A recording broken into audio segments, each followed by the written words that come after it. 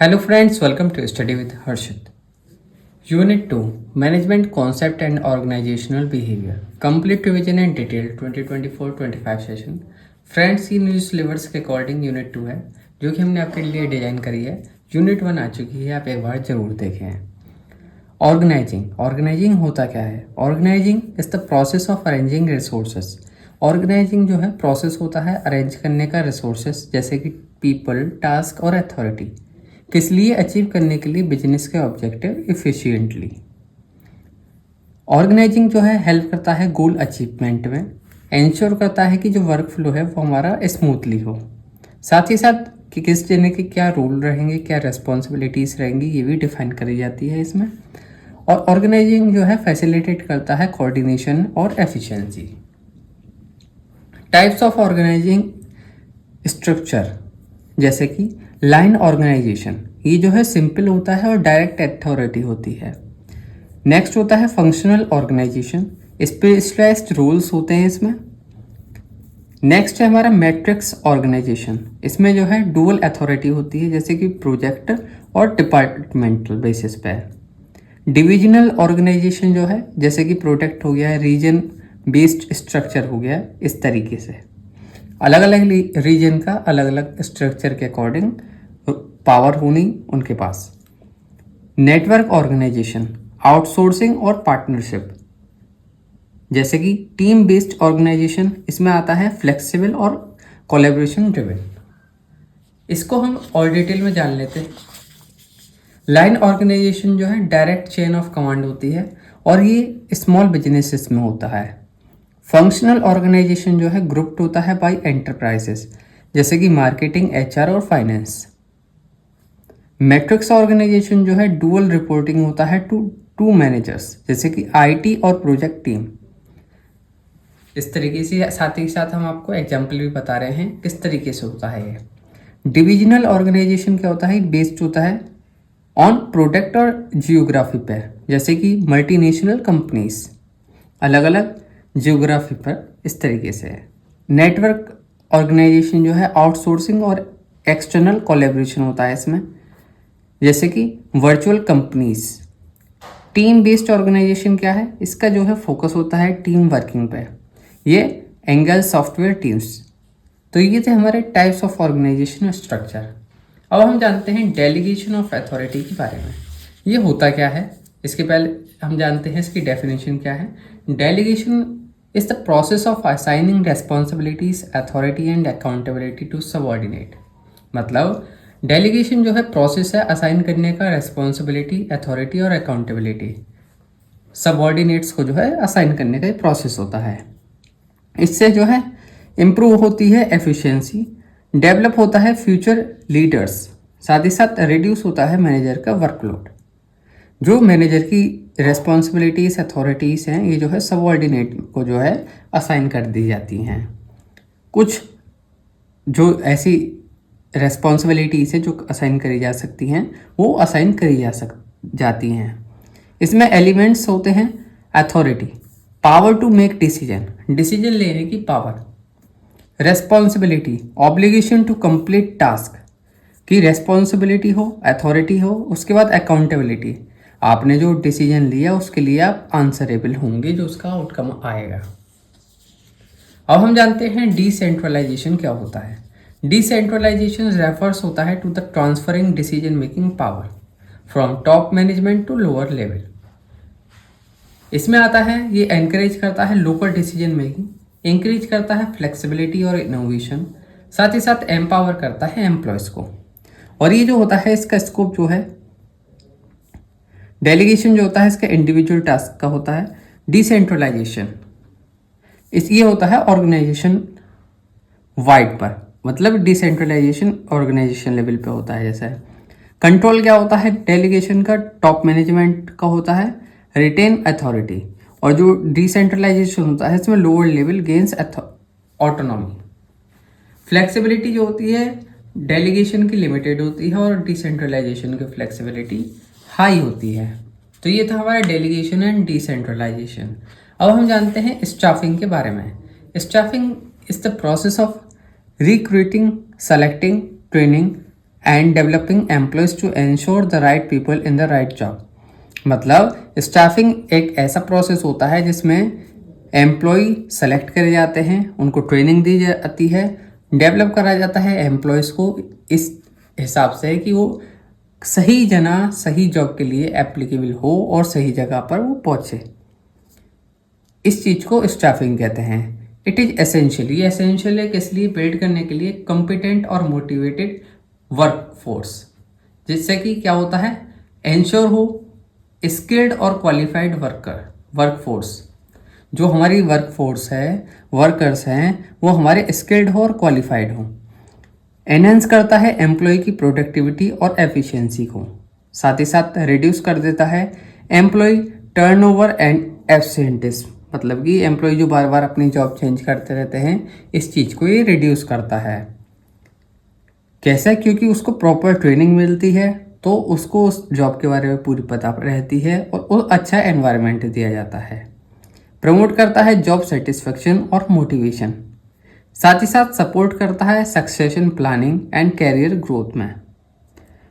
Align करता है workforce को ऑर्गेनाइजेशनल गोल के साथ में। साथ ही साथ एनहेंस करता है डाइवर्सिटी और इंक्लूसिविटी इन हायरिंग। की स्टेप्स इन स्टाफिंग प्रोसेस क्या क्या होते हैं, अब हम इनके बारे में जान लेते हैं। 7 स्टेप्स होते हैं। Number 1, when man power planning, analyse करा जाता है वर्कफोर्स की नीड्स क्या क्या हैं इस चीज़ को। इसके बाद में रिक्रूटमेंट करा जाता है, अट्रैक्ट करा जाते हैं पोटेंशियल कैंडिडेट्स। जब रिक्रूटमेंट हो जाता है, इसके बाद आता है सिलेक्शन। सेलेक्ट करे जाते हैं बेस्ट कैंडिडेट थ्रू स्क्रीनिंग। उसके बाद प्लेसमेंट और ओरिएंटेशन होता है, इसमें असाइन करे जाते हैं रोल्स और ऑनबोर्डिंग। 5th स्टेप में ट्रेनिंग दी जाती है और डेवलपमेंट, एनहेंस करी जाती हैं उनकी स्किल्स और कॉम्पिटेंसीज। स्टेप 6 में जो है परफॉर्मेंस एवेल्यूएशन होता है, एसेस करे जाते हैं एम्प्लॉय के कंट्रीब्यूशंस।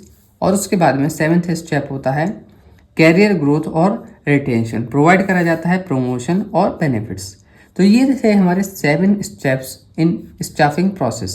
सबसे पहले था man power planning, second recruitment, third selection, fourth placement and orientation, fifth है हमारा ट्रेनिंग एंड डेवलपमेंट, सिक्स्थ है परफॉर्मेंस एवेल्यूएशन और 7th है कैरियर ग्रोथ एंड रिटेंशन।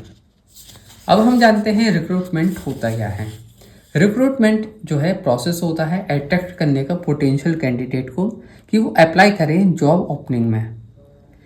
जैसे कि रिक्रूटमेंट अट्रैक्ट करना पोटेंशियल कैंडिडेट को, उसके बाद सिलेक्शन होता है, इसमें सेलेक्ट करा जाता है राइट कैंडिडेट। और थर्ड स्टेप में होता है प्लेसमेंट, असाइन करा जाता है कैंडिडेट टू द जॉब। अब टाइप ऑफ रिक्रूटमेंट क्या क्या होते हैं। इंटरनल रिक्रूटमेंट, जैसे कि हमारा इंटरनल और एक्सटर्नल 2 तरीके के होते हैं। इसमें आया हमारा इंटरनल में आता है filling position from within the organisation. ये जो खाली जो पोजीशन होती हैं ये विद इन द ऑर्गेनाइजेशन ही भरी जाती हैं। इसके मेथड होता है जैसे कि प्रमोशन देना, ट्रांसफ़र करना, इंटरनल जॉब पोस्टिंग करना। इसके एडवांटेजेस होते हैं कि मोटिवेट होते हैं एम्प्लॉयज़, साथ ही साथ कॉस्ट इफेक्टिव होता है और फास्टर हो जाता है प्रोसेस। नेक्स्ट होता है हमारा एक्सटर्नल रिक्रूटमेंट। इसमें हायर करे जाते हैं आउटसाइड सोर्सेज के द्वारा। इसका मेथड होता है जॉब पोर्टल्स, एडवर्टाइज करना, कैंपस हायरिंग करना और रिक्रूटमेंट एजेंसीज के द्वारा। इसका एडवांटेज होता है ब्रिंग होता है नया टैलेंट, न्यू आइडियाज़ और एक्सेस होती है लार्जर टैलेंट पूल्स की। तो ये थे हमारे टाइप्स ऑफ रिक्रूटमेंट और रिक्रूटमेंट क्या होता है हमने जाना। अब हम जान लेते हैं सिलेक्शन प्रोसेस क्या होता है हमारा। सिलेक्शन प्रोसेस जो है इंश्योर करता है that only the most suitable candidate, जो हमारा मोस्ट सूटेबल कैंडिडेट है वही सेलेक्ट हो जॉब के लिए। इसमें होता है स्टेप्स हमारे एप्लीकेशन स्क्रीन, रिव्यू करा जाता है रिज्यूम्स को और एप्लीकेशंस को। उसके बाद में रिटेन टेस्ट होता है, एक्सेसिंग करी जाती है नॉलेज, स्किल और एप्टीट्यूड टेस्ट। इसके बाद जो हमारा एम्प्लॉय होता है उसका जो है इंटरव्यू होता है, फेस टू फेस और वर्चुअल असेसमेंट होता है कैंडिडेट का, जो कैंडिडेट आया होता है हमारे पास। उसके बाद रेफरेंस चेक होता है, वेरीफाई करे जाते हैं कैंडिडेट का बैकग्राउंड और क्रेडिबिलिटी।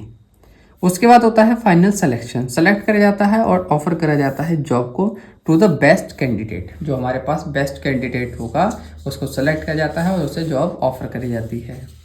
अब हम जानते हैं प्लेसमेंट के बारे में। प्लेसमेंट क्या होता है? जब सेलेक्ट हो जाता है एम्प्लॉय, उसको प्लेस करा जाता है सुटेबल रोल, जो कि बेस्ड होता है उसकी स्किल और क्वालिफिकेशन पे। ये इंश्योर करता है कि राइट जॉब राइट जगह को मिले, इम्प्रूव करता है जॉब का सेटिस्फेक्शन, साथ ही साथ रिड्यूस कर देता है टर्नओवर रेट, एनहेंस करता है प्रोडक्टिविटी। तो ये हमारे एडवांटेजेस रहे प्लेसमेंट के। अब हम जानते हैं ट्रेनिंग एंड डेवलपमेंट के बारे में। डेफिनेशन और इम्पोर्टेंस क्या है इसकी। ट्रेनिंग एंड डेवलपमेंट जो है रेफर्स होता है टू द एक्टिविटीज़ जिनका एम होता है इम्प्रूव करना एम्प्लॉयज़ की स्किल्स, नॉलेज और कम्पिटेंसीज, जिससे कि एनहेंस हो इंडिविजुअल के और ऑर्गेनाइजेशन की परफॉर्मेंस। ट्रेनिंग क्या है? शॉर्ट टर्म स्किल्स एनहेंसमेंट होता है, इसका फोकस होता है स्पेसिफिक जॉब रिलेटेड स्किल्स को एनहेंस करना। और डेवलपमेंट क्या होता है? ये लॉन्ग टर्म कैरियर ग्रोथ होता है जिसका एम होता है overall professional improvement. Types of training क्या होता है? डिफरेंट टाइप्स ऑफ ट्रेनिंग होती है, जैसे कि on the job training, learning होती है जब वर्क कर रहे होते हैं उस दौरान, जैसे कि अप्रेंटिसशिप और मेंटरिंग। उसके बाद होती है नेक्स्ट हमारी type of the job training. इसमें जो है एक्सटर्नल ट्रेनिंग होती है, जैसे कि वर्कशॉप, सेमिनार और सिमुलेशंस। नेक्स्ट आता है टाइप हमारा ट्रेनिंग का स्किल बेस्ड ट्रेनिंग। एनहेंस करता है दोनों ही तरीके की स्किल्स को, टेक्निकल और सॉफ्टवेयर स्किल्स को, जैसे कि सॉफ्ट स्किल में आ गई कम्युनिकेशन और टीम वर्क, और टेक्निकल में आ गई सॉफ्टवेयर और मशीनरी स्किल्स। नेक्स्ट टाइप है हमारा लीडरशिप ट्रेनिंग। डेवलप करता है मैनेजर और लीडरशिप एबिलिटीज़ को। कंपाइलेंस ट्रेनिंग क्या होती है? इसमें जो है इंश्योर करा जाता है कि लॉस, रेगुलेशन और कंपनी की पॉलिसी क्या क्या हैं, उनको किस तरीके से फॉलो करा जाता है, ये सभी चीज़। क्रॉस ट्रेनिंग होती है नेक्स्ट हमारी। इसमें बताया जाता है एम्प्लॉयज़ को skills from the other department to enhance flexibility. साथ ही साथ ई लर्निंग और वर्चुअल ट्रेनिंग भी होती है। ऑनलाइन कोर्सेज प्रोवाइड कराए जाते हैं, वेबिनार और रिमोट लर्निंग प्रोग्राम्स। बेनिफिट्स क्या होते हैं इनके? इससे जो है इंक्रीज होता है एम्प्लॉय की एफिशिएंसी और प्रोडक्टिविटी। साथ ही साथ एनहेंस होता है जॉब में सेटिस्फैक्शन और एंगेजमेंट। हेल्प करता है ट्रेनिंग और डेवलपमेंट जो है क्रिएट करने में प्रोग्रेशन और एम्प्लॉय रिटेंशन। साथ ही साथ रिड्यूस कर देता है जो गैप होता है एम्प्लॉय की नॉलेज में, और उसको इम्प्रूव करने का अवसर मिलता है, इम्प्रूव होती है इनोवेशन। साथ ही साथ एनकरेज करता है adaptability to change job demand. जो जॉब की डिमांड चेंज होती रहती है, नए नए सॉफ्टवेयर आए, नई मशीन आई, उनको ट्रेनिंग प्रोवाइड करा के, लेटेस्ट टेक्नोलॉजी के बारे में बता के, तो इससे जो है नई नई जो चेंज हो रहे हैं उसके साथ जो हमारे प्रेजेंट वर्कर हैं उनको बताता है। Directing and controlling. डायरेक्टिंग जो है क्या होती है? डायरेक्टिंग जो है प्रोसेस होता है ऑफ लीडिंग, मोटिवेटिंग और सुपरवाइजिंग एम्प्लॉयज़, जिससे कि अचीव करा जा सके ऑर्गेनाइजेशन गोल को इफेक्टिवली। ये प्रोवाइड कराता है clear instruction for task execution. Task execution के लिए प्रोवाइड कराता है क्लियर इंस्ट्रक्शंस। साथ ही साथ बूस्ट करता है एम्प्लॉय का मोटिवेशन और एंगेजमेंट। इंश्योर करता है टीम वर्क, कोऑर्डिनेशन और कोलैबोरेशन को। साथ ही साथ डायरेक्टिंग एंड कंट्रोलिंग जो है हमारा फ्रेंड्स इम्प्रूव करता है कम्युनिकेशन और डिसीजन मेकिंग में। अलाइन करता है इंडिविजुअल के एफर्ट और कंपनी के ऑब्जेक्टिव को एक साथ में। अब इसके भी प्रिंसिपल्स होते हैं जिनके बेसिस पे काम करा जाता है। इसमें प्रिंसिपल्स ऑफ डायरेक्टिंग क्या क्या हैं इनके बारे में हम जानते हैं। प्रिंसिपल ऑफ डायरेक्टिंग में आता है क्लियरिटी इन कम्युनिकेशन। इंश्योर करें कि आप जो इंस्ट्रक्शन दे रहे हैं एम्प्लॉयज़ को वो क्लियर हों। नेक्स्ट आता है प्रिंसिपल हमारा मोटिवेशन और लीडरशिप। एनकरेज करना है एम्प्लॉयज़ को परफॉर्म एट देयर बेस्ट, कि वो अपने बिल्कुल बेस्ट परफॉर्म करें। Supervising and monitoring. इंश्योर करना proper execution of assigned task. जो हमारा असाइंड टास्क है उसका प्रॉपर एग्जीक्यूशन हो। Effective coordination. अलाइन करना एफर्ट्स को toward common organisational goals. Harmony of objective, balance करना एम्प्लॉयज़ और कंपनी ऑब्जेक्टिव को साथ में। पार्टिसिपेट करना और इन्वॉल्वमेंट, पार्टिसिपेशन और इन्वॉल्वमेंट होना। एनकरेज करना एम्प्लॉयज़ को कि वो कंट्रीब्यूट करें आइडियाज़ में, वो भी सजेशन दें कि किस तरीके से हम इम्प्रूव करें या जो भी प्रॉब्लम है उनको किस तरीके से सॉल्व करें। और इफ़ेक्टिव यूज हो ऑफ अथॉरिटी, मैनेजर जो है यूज करे पावर्स का अच्छे कामों में सही से। एसेंस ऑफ कोऑर्डिनेशन क्या होता है, किस लिए कोऑर्डिनेशन जो है इम्पोर्टेंट है? कोऑर्डिनेशन इसलिए इम्पोर्टेंट है इंश्योर करने के लिए सभी डिपार्टमेंट वर्क करें एक साथ इफ़िशिएंटली, रिड्यूस हो कन्फ्लिक्ट और मिसअंडरस्टैंडिंग, किसी भी तरीके का कन्फ्लिक्ट और मिसअंडरस्टैंडिंग रिड्यूस हो, साथ ही साथ इम्प्रूव हो टीम वर्क और कोलेब्रेशन, एनहेंस हो प्रोडक्टिविटी और एफिशिएंसी, एनकरेज करता है synchronisation of efforts. Ways to achieve coordination क्या क्या है, किस तरीके से कोऑर्डिनेशन अचीव करा जाता है? नंबर 1, क्लियर कम्युनिकेशन, जो आप एम्प्लॉयज़ को इन्फॉर्मेशन दें वो बिल्कुल क्लियर हो। क्रॉस डिपार्टमेंटल कोलैबोरेशन, एनकरेज करें कि टीम वर्क हो, अलग अलग डिपार्टमेंट साथ में मिलकर काम करें। स्ट्रॉन्ग लीडरशिप, इंश्योर करना गाइडेंस फ्रॉम मैनेजमेंट, जो गाइडेंस मिले टाइम टू टाइम मैनेजमेंट से मिलती रहे। डिफाइन करना रोल्स एंड रिस्पॉन्सिबिलिटीज़, अवॉइड करना duplication of work, duplication of work ना हो इस चीज़ को अवॉइड करना। Regular meeting and feedback, regularly meeting लेनी, एड्रेस करना किसी भी तरीके के कंसर्न आ रहे हैं उन सभी को भी। अब हम जानते हैं कंट्रोल टेक्निक्स के बारे में। कंट्रोल टेक्निक जो है एसेंशियल हैं, किस लिए? फॉर मॉनिटरिंग परफॉर्मेंस, मॉनिटर करने के लिए परफॉर्मेंस को, इंश्योर करने के लिए एफिशिएंसी और अचीव करने के लिए ऑर्गेनाइजेशनल ऑब्जेक्टिव। टाइप्स हैं इसके कंट्रोल टेक्निक के, जैसे कि बजटरी कंट्रोल, मैनेज करना एक्सपेंसेस को, रेवेन्यू और फाइनेंशियल प्लानिंग करनी। क्वालिटी कंट्रोल करना, इंश्योर करना कि प्रोडक्ट और सर्विस जो है हमारे स्टैंडर्ड के अकॉर्डिंग हो। परफॉर्मेंस अप्रेजल देना, एम्प्लॉय जो है अच्छा काम करे तो उसको अप्रेजल देना। फाइनेंशियल कंट्रोल, मॉनिटर करना कंपनी के फंड, प्रॉफिट और इन्वेस्टमेंट डिसीजंस को। साथ ही साथ स्टैटिकल कंट्रोल, यूज करना डेटा ड्रिवन डिसीजन मेकिंग का और एनालिटिक्स का। टेक्निक्स एंड डिस्क्रिप्शन, टेक्निक्स हैं हमारी अलग अलग। बजटरी कंट्रोल, मॉनिटर करना फाइनेंशियल स्पेंड को और resource allocation. Quality control, ensure करना कि जो प्रोडक्ट और सर्विस है वो हमारे जो स्टैंडर्ड हैं उनके अकॉर्डिंग रहें। परफॉर्मेंस अप्रेजल देना, एवेल्यूएट करना है एम्प्लॉयज़ की परफॉर्मेंस को कि एम्प्लॉय कैसी परफॉर्मेंस दे रहे हैं और उनकी प्रोडक्टिविटी कैसी है, अगर अच्छी है तो उनको जो है अप्रेजल देना। फाइनेंशियल कंट्रोल, मैनेज करना जो रिसोर्सेस हैं, कॉस्ट है, कंपनी का इन्वेस्टमेंट है, इन सभी चीज़ों को मैनेज करना। साथ ही साथ स्टैटिकल कंट्रोल, यूज करना डेटा का, ट्रेंड का और एनालिटिक्स का, किस लिए? डिसीजन मेकिंग के लिए। अब हम जानते हैं एडिशनल कंट्रोल टेक्निक्स क्या क्या हैं हमारी। ये तो है ही हमारी। एडिशनल में आता है हमारा इंटरनल ऑडिट, रेगुलर चेक करना to ensure compliance and accuracy. Production control करना, मॉनिटर करना आउटपुट लेवल और प्रोडक्शन एफिशिएंसी क्या है हमारी, इस चीज़ को।